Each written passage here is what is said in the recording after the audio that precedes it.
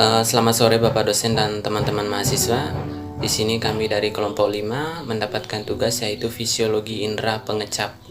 Di sini kami beranggotakan tiga orang. Saya Asterius Sandiate, lalu ada Maria Angelika, dan yang terakhir Safira Muhammad Juremi. Di sini kami ngambil dua pembahasan yaitu yang pertama, mekanisme terjadi pengecapan, lalu yang kedua, gangguan indera pengecap. Langsung saja, yang pertama yaitu lidah. Lidah adalah suatu organ muskular yang berhubungan dengan pengunyahan, pengecapan, dan pengucapan yang terletak pada sebagian di rongga mulut dan faring. Makanan dapat diketahui rasanya karena adanya reseptor pengecap pada lidah yang disebut kuncup pengecap. Reseptor pengecap sangat peka terhadap zat kimia berupa larutan. Puting pengecap terdapat di kuncup pengecap atau papila. Lidah manusia adalah struktur berotot yang terletak pada bagian lantai mulut yang digunakan untuk berbicara, makan, dan mencicipi rasa. Lidah manusia dilengkapi dengan tunas-tunas pengecap yang bisa mendeteksi zat kimia di dalam makanan dan minuman. Adapun reseptor pengecap, kuncup pengecap yang ditemukan terutama di tepi permukaan atas lidah dan pada palatum mol. Lalu, kuncup pengecap terdiri atas kumpulan sel yang berlubang kecil dan menonjol ke permukaan lidah papila. Bisa diperhatikan gambarnya di samping. Lalu ada mekanisme terjadinya pengecapan. Nah, teman-teman bisa perhatikan gambarnya. Mekanisme pengecapan, proses mengecap yang terjadi pada lidah terjadi dengan urutan sebagai berikut. Yang pertama, zat yang terkandung pada makanan dicerna secara mekanis oleh gigi dan ludah.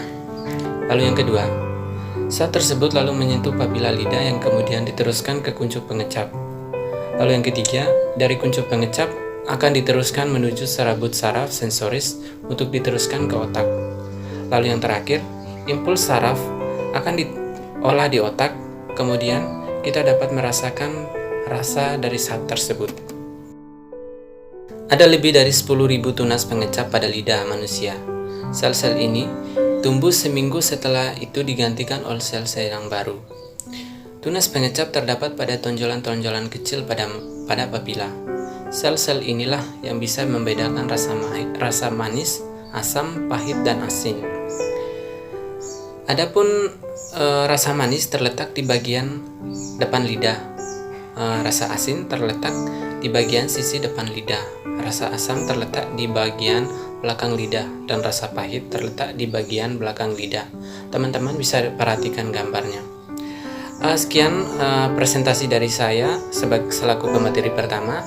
Nanti akan dilanjutkan oleh Safira Muhammad Juremi. Terima kasih.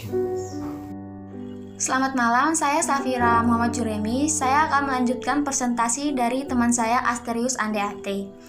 Materi saya akan menunjukkan tentang ada beberapa hal yang dapat membuat reseptor kuncup pengecap menjadi kurang sensitif, yaitu bila kita mengemut es batu sebelum makan, dinginnya es dapat membuat kuncup pengecap menjadi kurang sensitif. Begitu juga kalau lidah kita terkena makanan yang terlalu panas, dapat menyebabkan tongue burning dan biasanya baru akan pulih dalam 1-2 hari. Lidah yang kebersihannya tidak terjaga juga dapat menyebabkan kesensitifan lidah berkurang karena banyaknya plak yang terkumpul di permukaan lidah. Selain itu, produksi air liur yang berkurang dan menyebabkan serostomia juga membuat lidah tidak bekerja maksimal. Saat kita terkena influenza, biasanya makanan apapun yang terasa hambar itu karena lidah tidak bekerja sendirian. Proses pengecapan rasa tidak hanya diawangi oleh lidah, tapi juga dibantu oleh hidung.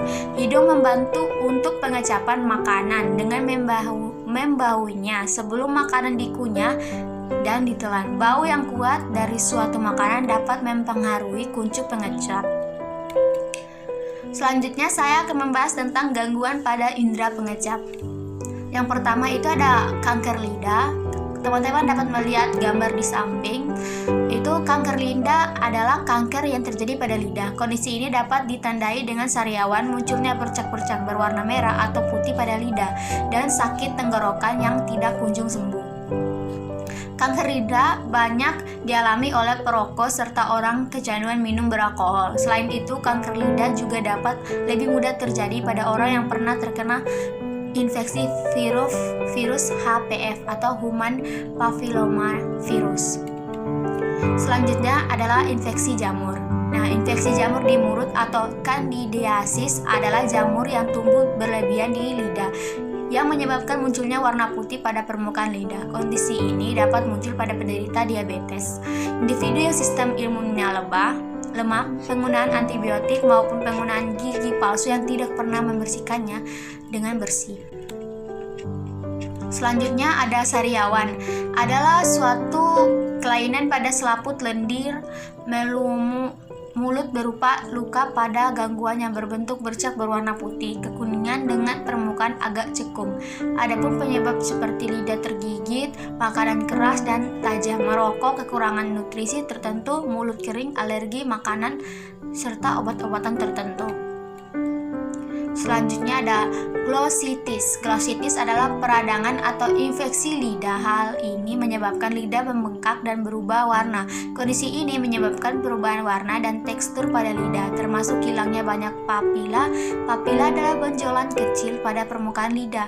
Glossitis dan membuat seseorang tidak dapat merasakan berbagai macam rasa pada makanan.